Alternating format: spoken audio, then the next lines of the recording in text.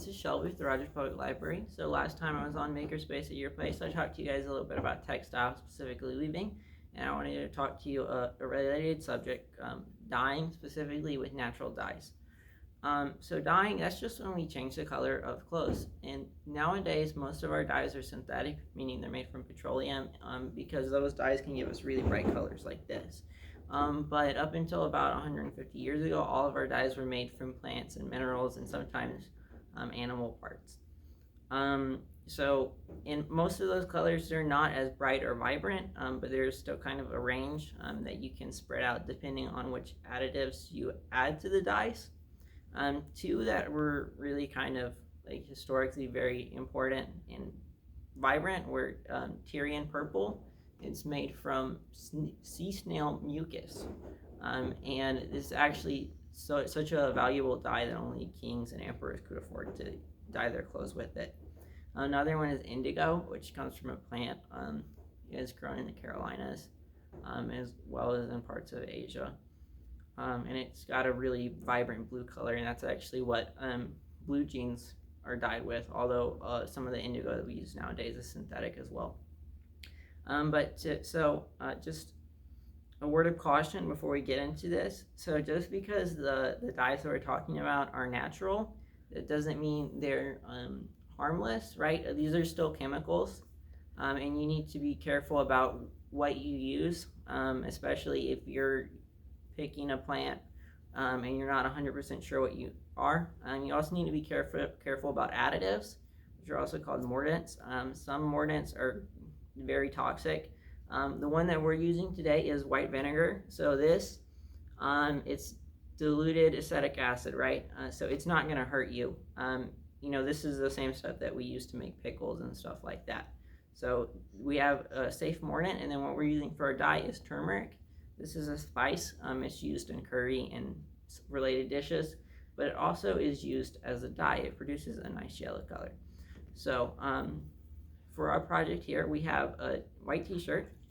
I have it soaking in a bath of water and a little bit of vinegar, and I previously rinsed it out. So we're gonna take this, just get some of the excess water out.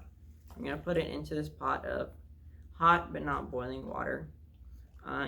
If you're doing this at home, you'll probably want to use a stove, but we don't have a stove here, or in this room. So I heated the water up and then brought the pot over here.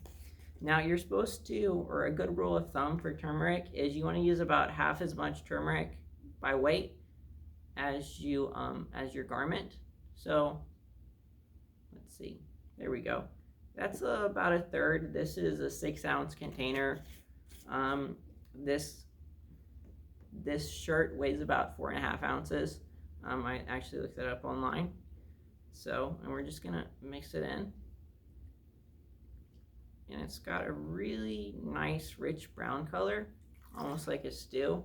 So at this point, the dye isn't all the way mixed in, and you can kind of see a pattern. So you might like the pattern. You might want to dip just part of the shirt in and try to make like a tie-dye pattern or something, or stripes. Or you might want to do what I'm doing, which is putting the shirt in all at once and getting a nice even yellow color.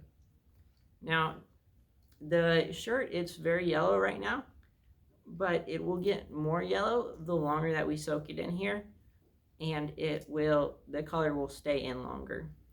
So you're probably going to want to soak the shirt for about 30 minutes. That's a good length. After that, you get diminishing returns. And then once it has soaked for a long time, you'll just take it out and rinse it out with cold water, and you let it dry, and you can wear it like that. One thing to note about turmeric, though, is even though it's very pretty, it's not super color fast, which means that if you wash it in a washing machine, or even if you wash it or hand wash it, it's going to lose a little bit of its color and get paler over time. So there are some other dyes that you can use that are relatively safe to make more color fast garments. One of them is onion skins, right? Just like you get from onions at the supermarket. This is a yellow onion skin, and it produces a dye kind of like this. I dyed this with onion skins a while back, but it's kind of a nice dull brown color. You can also use walnuts.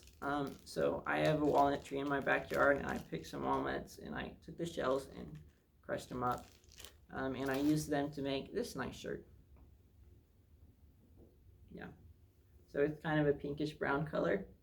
You can actually make it a more dark brown, depending. There's certain chemicals that you can add to make it even black.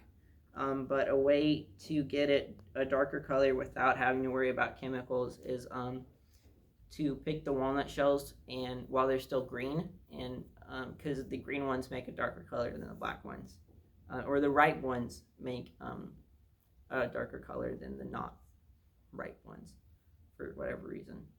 And then one last thing I want to talk to you guys is some books that we have. So if you're going to be getting or you're going to be looking for plants and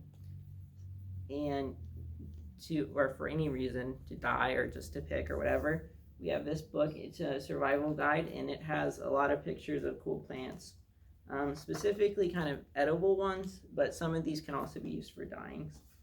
And then we have some books specifically about natural dyes, experiments with colors, and berry smudge and leaf prints. This talks about different plants that you can find in your garden or at the supermarket, and how you can use them to make works of art or as just as dyes like we're doing here.